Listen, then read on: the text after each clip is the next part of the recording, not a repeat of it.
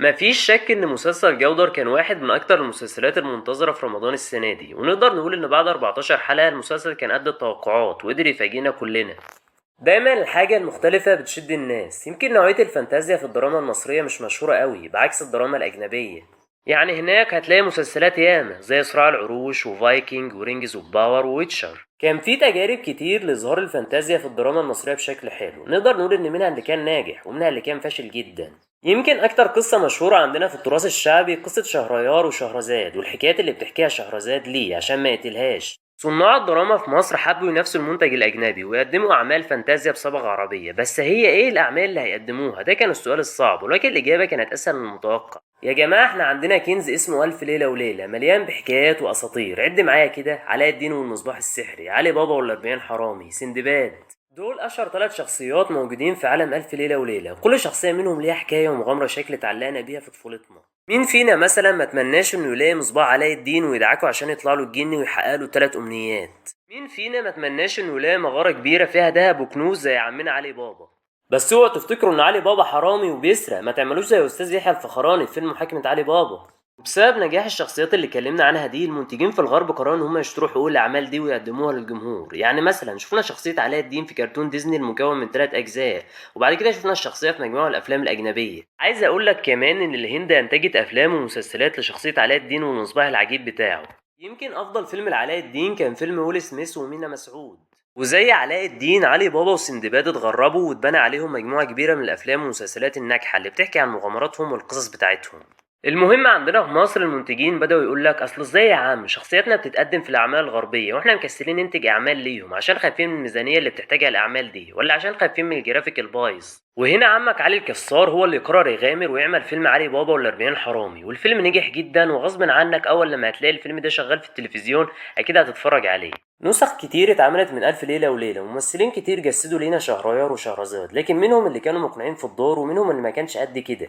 ولكن مهما قارنا مفيش حد يقدر يختلف على ان حسين فهمي ونجلاء فتحي كانوا اكتر 2 متسكنين على الادوار دي، صح؟ والمسلسل يعني كمستوى فني فهو كان حلو جدا ومسلي.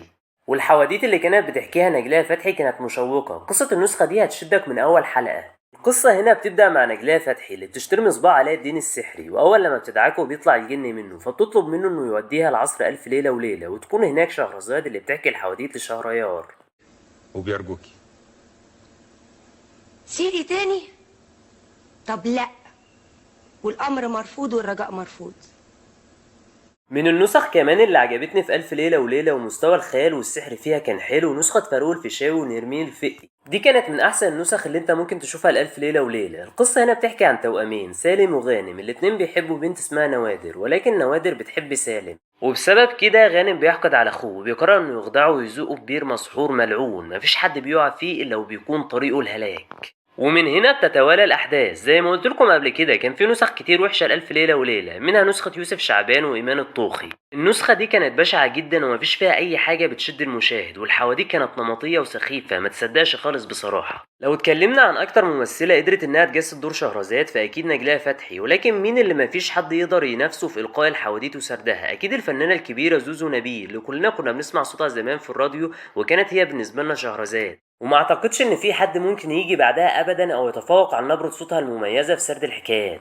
في سنة 2011 كان في نسخة نازلة من ألف ليلة وليلة لعمرو واكد وغادة عادل. إعلان المسلسل كان مبشر جدا، وكان واضح إن في صرف كبير على المؤثرات البصرية والجرافيك، ولكن نظرا لظروف إنتاجية الفكرة اتلغت والمشروع باظ.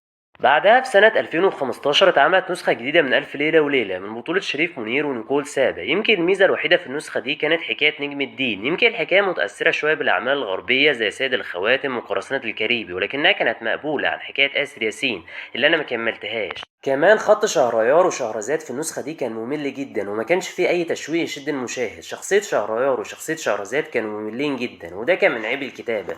وبعد 8 سنين من غير ألف ليلة وليلة يهل علينا ياسر جلال بجودر، والحقيقة من أول حلقة المسلسل شدد الناس. إيه يا جماعة العظمة دي؟ المسلسل مصروف عليه ومعمول بشكل حلو. كمان عرفت إن الشركة اللي عاملة الجرافيك بتاع المسلسل شركة مصرية اسمها أروما، ودي حاجة فرحتني إننا ممكن ننافس الغرب في النوعية دي من الأعمال. وأتمنى رمضان السنة الجاية يكون فيه أكتر من مسلسل فانتازيا زي جودر. اكتر حاجة عجبتني في جودر الصورة الحلوة اللي بتشدك في كل حلقة، وديكورات الاماكن وملابس الشخصيات في العصور الوسطى زي الحشاشين بالظبط. يا جماعة والله انتوا هتخلونا نرجع نعيش في العصور القديمة. لو اتكلمنا عن اداء الممثلين في جودر فانا عاجبني جدا ياسر جلال. ياسر بيقدم شخصيتين، شخصيه شهريار وشخصيه جودر. اي ممثل بيعمل دورين بيكون صعب عليه وتحدي كبير ليه انه يخليك تصدق ان مش ممثل واحد هو اللي بيعمل نفس الشخصيتين. يعني مثلا في الكبير احمد مكي قدر يخلينا نصدق ان الكبير وجوني وحزلقوم 3 ممثلين، ونقدر نقول ان ياسر جلال قدر يعمل كده في جودر وشهريار. كمان نور عامله دور تحفه يا جماعه، نور في الشر ملهاش زي.